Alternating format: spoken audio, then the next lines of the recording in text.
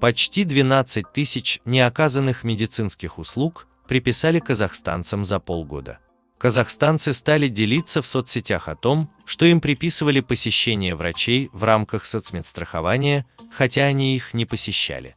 В Фонде социального медицинского страхования сообщили, что за первое полугодие 2020 года было выявлено 11 607 случаев, когда казахстанцам приписали медицинскую услугу, по факту не оказанную.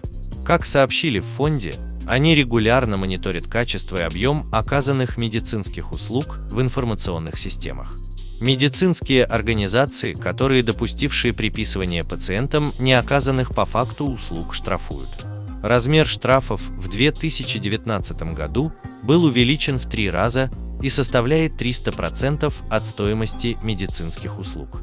По итогам мониторинга амбулаторно-поликлинической помощи за первое полугодие 2020 года было выявлено 11 607 случаев, фактически не оказанных, но внесенных в информационные системы медицинских услуг на сумму 75 миллионов 415 970 тенге. Удержанные суммы фонд снова направляет на оплату оказанных медицинских услуг, сообщили в Фонде медицинского страхования.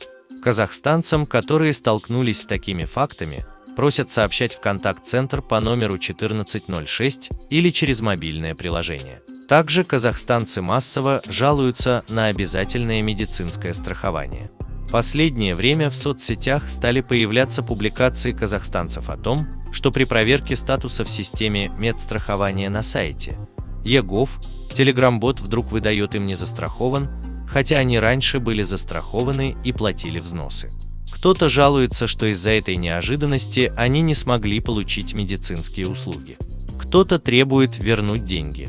С 1 июля, если у тебя не все в порядке с платежами, ты не получишь медицинскую услугу с помощью медицинского страхования.